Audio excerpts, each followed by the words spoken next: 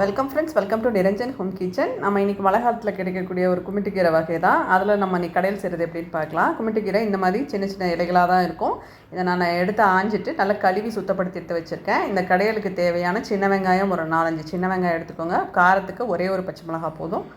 பாசிப்பருப்பு ஒரு 4 டீஸ்பூன் அளவுக்கு எடுத்து ஊற வச்சுருக்கேன். இப்போ ஒரு கடாயில் நல்லெண்ணெய் விட்டுட்டு கடுகு சீரகம் போட்டு நல்லா தாளிச்சுக்கோங்க. தாளித்ததுக்கப்புறமா நம்ம சின்ன வெங்காயமும் பச்சை மிளகாவும் சேர்த்துக்கலாம். அது கூட பாசிப்பருப்பு சேர்த்து வேக வச்சுக்கலாம். இந்த கீரை நல்லா கழுவி எடுத்து வச்சுட்டேன், அதையும் சேர்த்துக்க போகிறோம். இந்த கீரை வேகிறதுக்கு கொஞ்சமாக கழனி தண்ணி ஊற்றிக்கிறேன். அரிசி களைஞ்ச தண்ணி தான். அதையும் சேர்த்துட்டு அது கூட கொஞ்சமாக மஞ்சத்தூள் சேர்த்துட்டேன். தண்ணி கொதிக்கிற வரைக்கும் அடுப்பை வந்து ஹை ஃப்ளேமில் வச்சுக்கோங்க. இது கூட 2 பூண்டு சேர்த்துக்கிறேன்.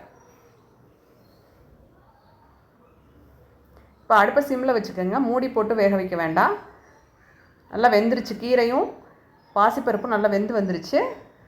இப்போ தண்ணி வற்றுற வரைக்கும் வெயிட் பண்ணலாம். தண்ணி வற்றலைன்னா கொஞ்சமாக தண்ணி எடுத்து கூட நீங்கள் சூப்பு மாதிரி எடுத்து குடிச்சிக்கலாம்.